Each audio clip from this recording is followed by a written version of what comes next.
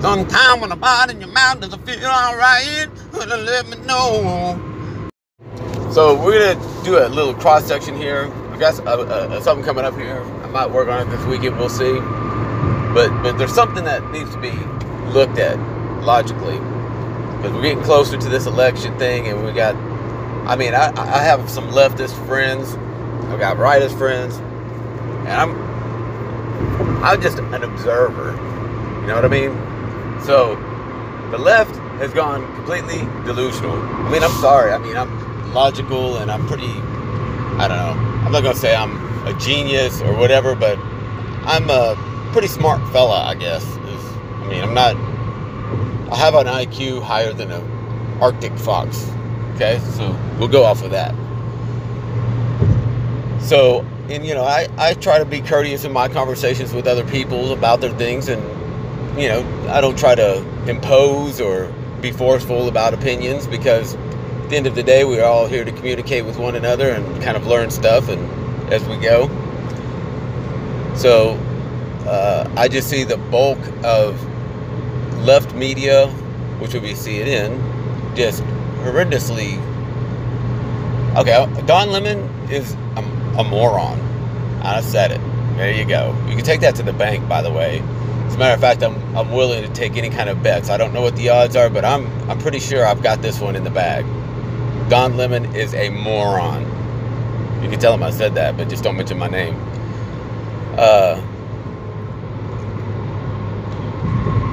So Bill Barr, I've got to say this because somebody asked me about it. So Bill Barr said that the civil liberties of the COVID virus outbreak, where everybody's on lockdown as a result of the lockdown being mandated and all these implemented regulations, which are not laws, by the way, they're regulations. It's different. It is an intrusive violation of civil rights, and the only one that surpassed it was slavery. I saw this video, and Don Lemon's like, "Did you just hear what he just said?" Now, if you just glaze and you just pick words and you hear something kind of like the pandemic lockdown is like slavery or anything remotely, yeah, you have to dissect it, take it into context, take a perspective on it, and look at it that way. Okay? Look at it as people having rights, right? You have the right to do something, right? Like slavery, people didn't have any rights at all. They were property. That's how that works. Now, if you compare it to what's going on currently, where you are mandated to not be able to work, which is your ability to earn income and provide, right? Must wear a mask, curfews, this and that. And in certain places, that's targeted. It's targeted towards certain individuals.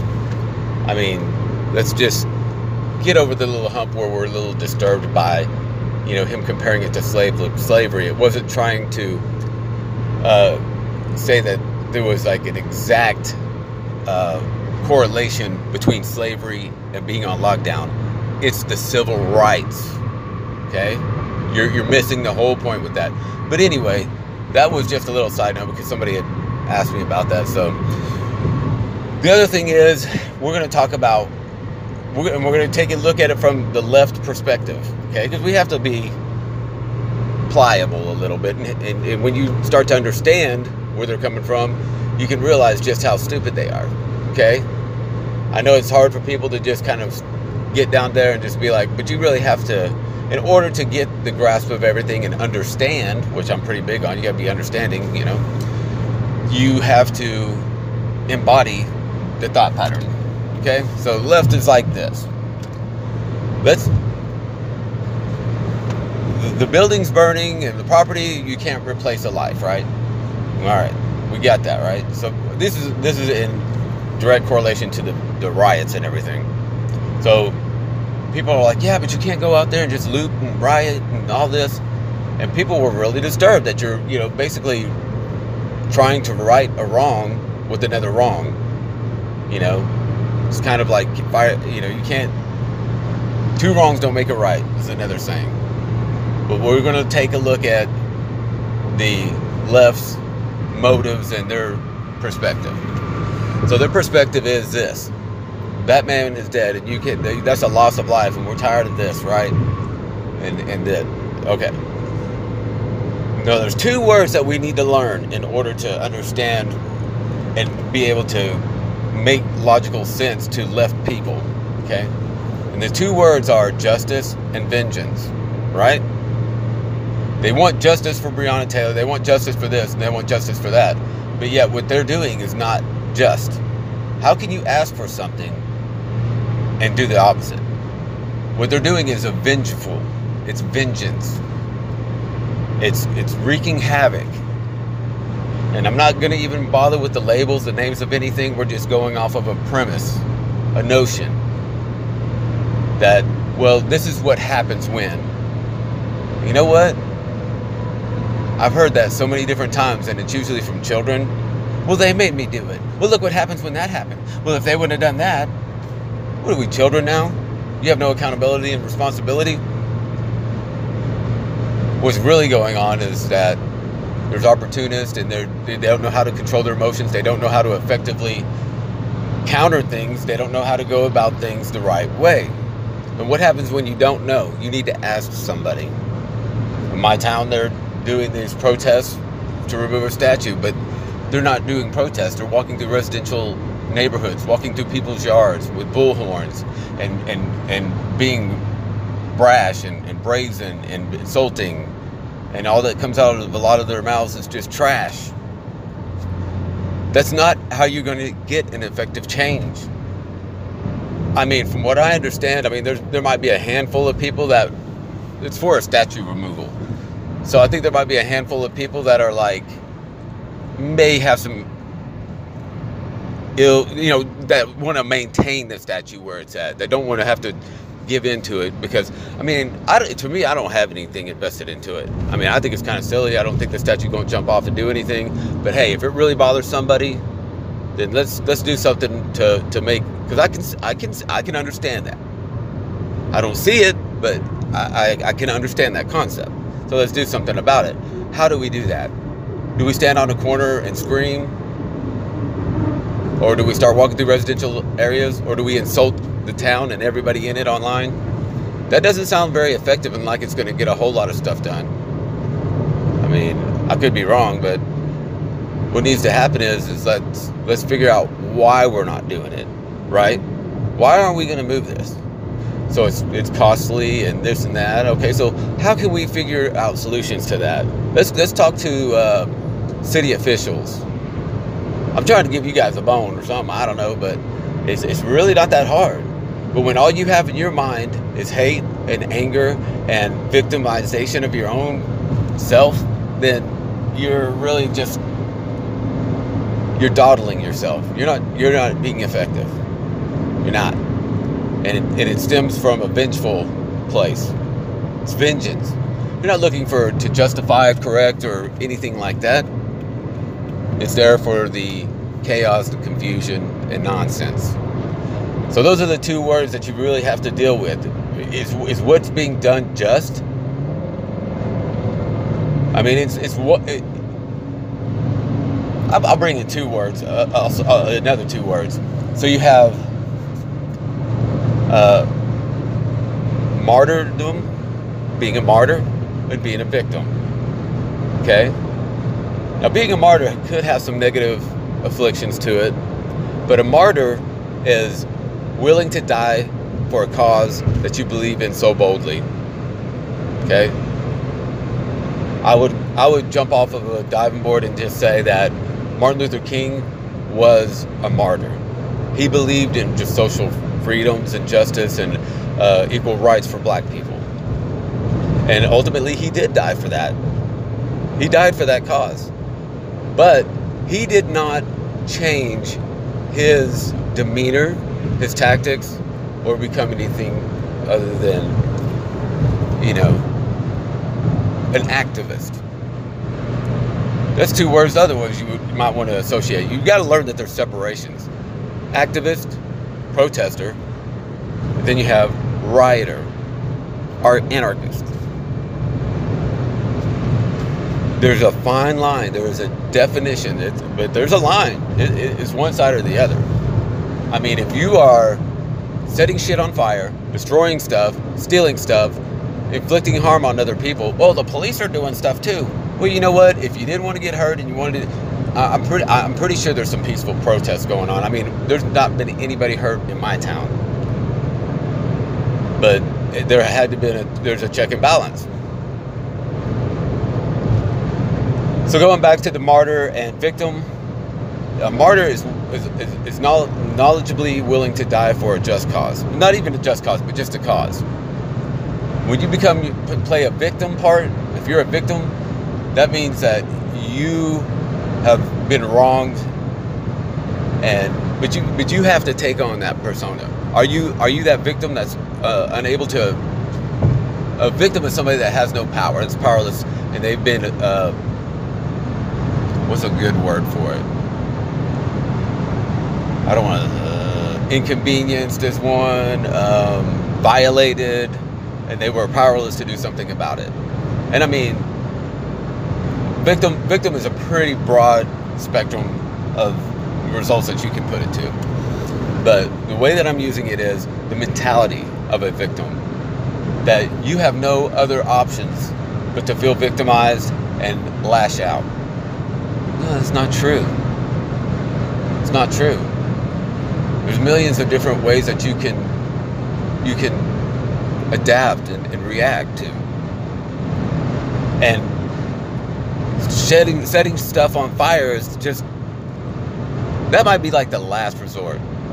But the first couple of nights that George Floyd protest started taking place, and they were just tearing shit up. I mean, you guys didn't even try to do anything. But that's okay, because we're not going to go into any kind of shadow government. We're not going to talk about any groups that might have involvement. We're talking about principles here. It's time, because the only thing that's getting affected by the rioting and the violence is just more unrest and more agitation. And people feeling weak. And when people feel weak, there's going to be a rise in resistance. And that's what we're kind of getting. We're seeing like the right getting up in arms and, you know, starting to resist. And we're talking about human being fighting human being. We're just talking about that. We're not breaking it down into race and everything, even though most of the protesters that I see are kind of pale. But so now we're here on a cusp where people are killing people, people are warring with people, right? It's not so much even about race. It's just it comes off as anti-government and this and that. The system. Look, the system is flawed. Everybody knows that. The system has got a lot of corruption in it. Everybody knows that. It's been that way. Pedophilia has been around for a long time. The corruption's been there. I've got a video. I don't know if I'm going to put it out or not. It's kind of hard for me to go through that stuff, but with the pedophilia but it's been there. It's been there for a long time, and we've kind of blindly closed an eye because we've rationalized it out that the sex trafficking stuff was adult females.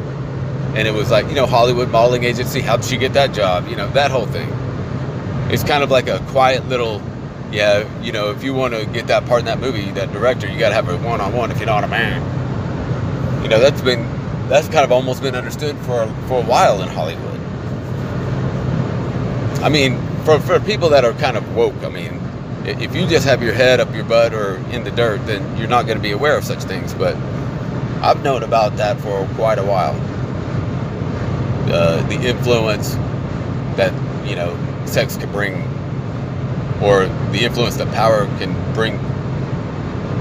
I mean, it's just kind of the way that it is. And I have an idea for a video talking about power and how, what power is and how it can corrupt and how it can be utilized to corrupt. See, the thing about my stuff is that I find myself talking, and when I talk about these things, because I study and research it and I look it up and I think about it, is that I like with the one I was talking about with the pedophilia and exposing it, I have a lot of worries that I'm going to put stuff out, and it can be utilized on how to do it. That's just one of those things. That's why I don't know if I'm going to put it out, because it's like, looking back in retrospect, it's like, I don't know if certain people should have this knowledge, because if they're the kind of people that, oh man, I should try that, I don't want to take part in it. But at the same way, that's the best way to combat it, is to know your enemy. That's Sun Tzu, Art of War. Know what your enemy is capable of. You know? I mean, and the higher up officials pretty much know it. And anyway, I just went off subject there, but you know. So when you're doing these things, you become vengeful. Vengeful doesn't come from a place of purity, morality, righteousness. It doesn't come from that place. Vengeance is an anger, and it's unleashed it. It's like wrath. There's anger behind it. When you seek justice, think about that. Justice comes from patience, calculations. Patience. That's the key. You know that court cases can take quite a bit of time. You know, when a court date is set and it's in the future, I mean, you don't ever just go to court that day and everything's all figured out. You want to know why? Because they have to investigate. They have to look into things. They have to question people. They have to get evidence, go through the evidence. They have to make a case. It takes a lot of patience, because it doesn't happen instantly. There's nothing that's going to happen instantly that's going to be able to repair the damage that, well, I wouldn't say repair the damage. What I would say is change the course of history of America with black people and white people. Slavery is always going to be a mark that will have existed. I mean, that's what really blows my mind, is that why they would want to take this stuff down. It's a reminder of the shitty shit that has actually taken place. But you have a lot of people that want to take that stuff off and not reflect on it. I mean, slavery is something that I couldn't fathom, I couldn't think about. I mean, I'm not going to really go into it, but I mean, my lineage has been in slavery. So, I mean, I've thought about it, and I don't understand how somebody can do it. You know, I don't understand how somebody would want to inflict harm or kill somebody just based on X factor. You know what I mean? Just because, I mean, if you're a good person, but you're, I don't know, say like with Hitler, if you didn't have blue eyes, you were dead. That's baffling to me. Why would you just gather them up and move them out or something? We'll put them up in the ovens and do experiments. But anyway, it's baffling. But so is this vengeance thing. And I mean, I've been a child before, and I have gotten weak in my emotions before, and I'll lash out, and then you have some reflection on it, and hopefully you're the type of person that will apologize and acknowledge it and grow from it. But what's going on now is this continuation of vengeance coming from a hateful place, and really it's not accomplishing anything. It's not getting any resolvement. It's not getting anybody closer to any type of goal. If anything, it's doing the opposite. And it's just crazy. You know, if you go out and you protest, you set stuff on fire every night, do you really think that people are going to... I mean, this has gone on for months. And the other thing is that the left always says, oh, it's only like a square block. Cool. Then why would you go out there and destroy it? I mean, I don't know. I don't live in the cities. I don't know. But I have seen like certain footage about, you know, it being not as bad as it is outside certain areas. But guess what? We're not talking about those areas, because I see more videos on shit happening where people set themselves on fire and all of that. So we're talking about that.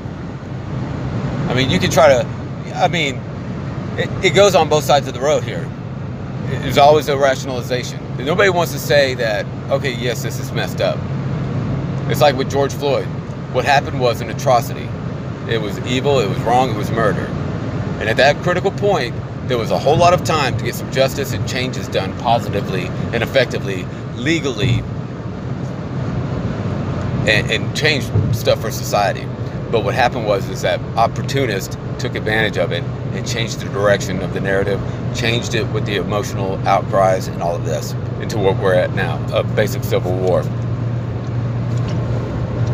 Now, when you try to rationalize things, it's kind of a defeating purpose, because it becomes a point process where you, like I said previously about collecting evidence, you collect evidence and new lights and new facts come into the light. Okay, so what I'm saying is that as an example is so when George Floyd, he was murdered, everybody saw it and they were all in an uprage. And then you get the details of everything. Oh, well, you know, he was a criminal. Oh, he was high as hell whenever this happened. And these are little points that people put out that, you know, they need to be looked at and accounted for. I mean, he was resisting arrest. I'm not going to go into that because we already know, man. I don't care if you're white, you're black, you're Puerto Rican. If a cop comes up to you, and especially at a turbulent time, just comply. I mean, the worst thing that could happen is you get shot and killed. But if you resist arrest, you're going to get shot and killed. Just go on that presumption. Doesn't matter who you are. Trust me.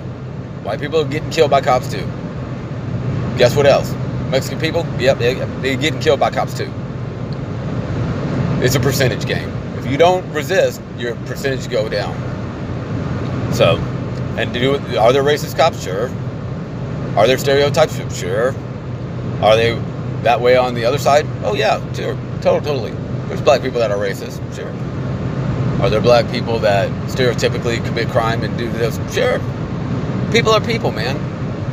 I mean, if you really want to break it on down, really to understand the core of it all, there are good people and there are bad people in the world.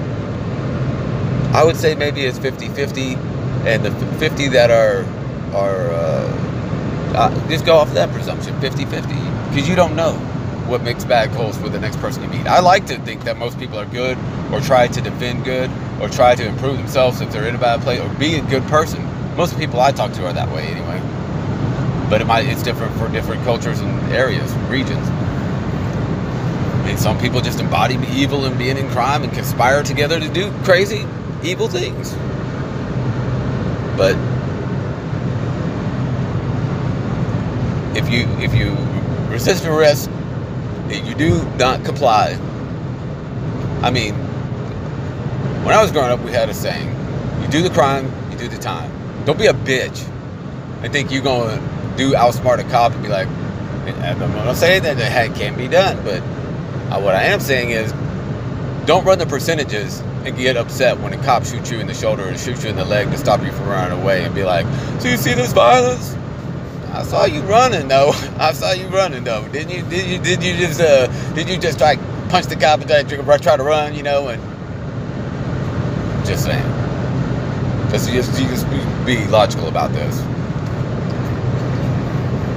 So, but with those points on the right about, oh well, you know, who cares? He was a criminal, he was a druggie, this and that. Well, you know what the left is doing, right? So that all the things that they're saying, well, you know, this is a adverse effect. This is in regards to this, and you know, if this wouldn't have happened, there's no accountability. And you break it down, and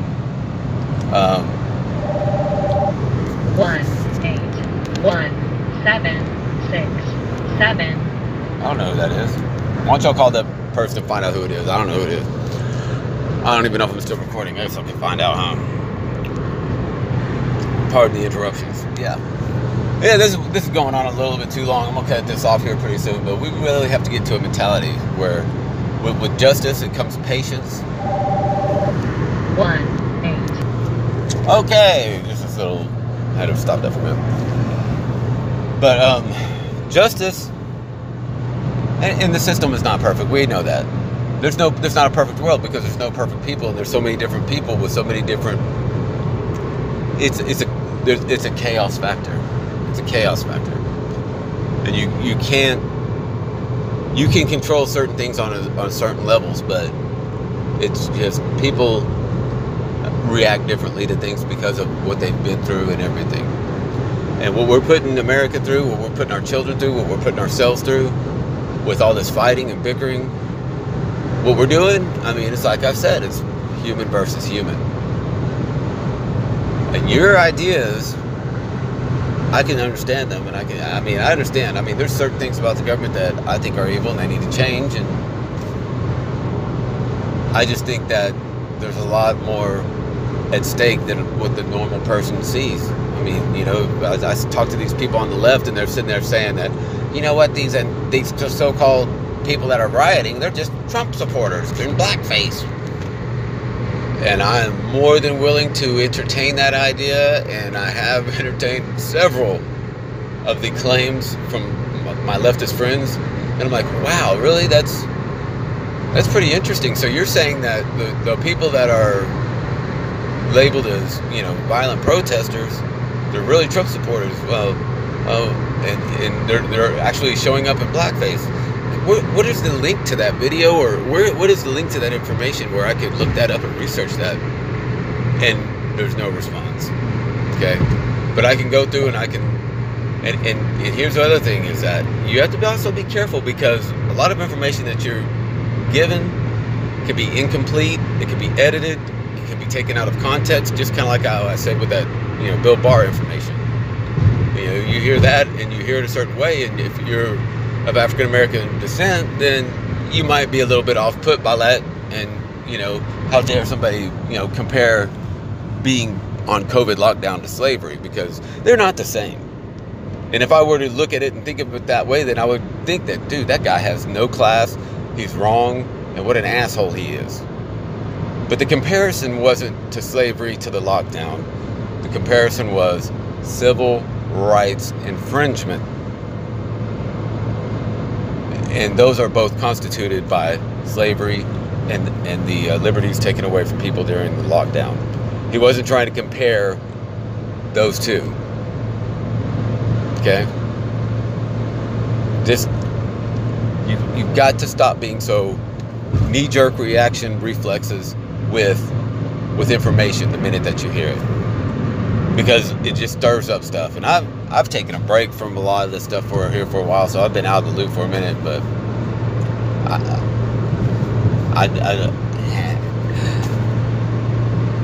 I just need people need to understand what is effective, what side of vengeance or justice. What are you looking for? Because there's a lot of both on both sides of. But even on the right side, these groups that are coming out, militant groups, that's kind of a form of vengeance.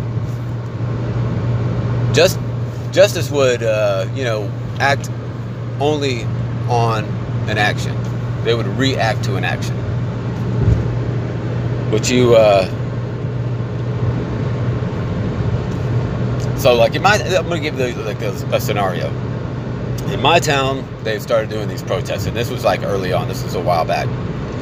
And when you see stuff on the television and you hear about things that, you know, violent riots and protests and you know, people fist fighting and injuring people and destruction of just the whole list, you become concerned because it's in a major city that's not too far from where I live.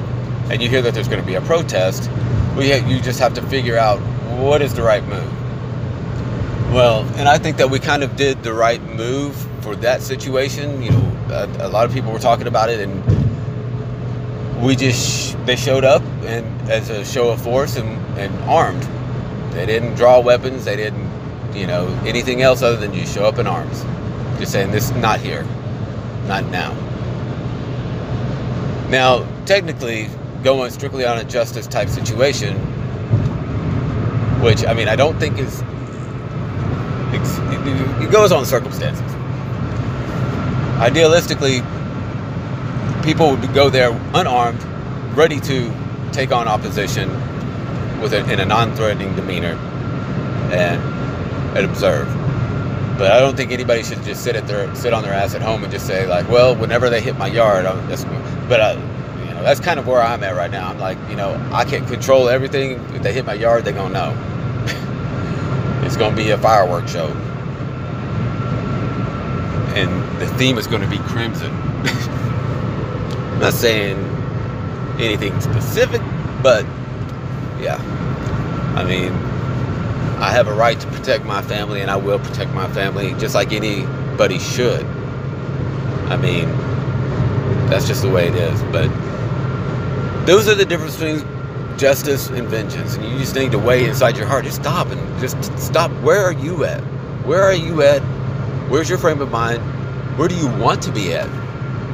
And how effective is what you're doing? Okay? Because obviously this rioting and burning stuff and all that is not doing anything effective. It's taking up money. It's taking up time. When you can go through and try to do something through legislation. Do you know that all the money that has been spent on bailing rioters and stuff out, how could that have been utilized effectively to progress?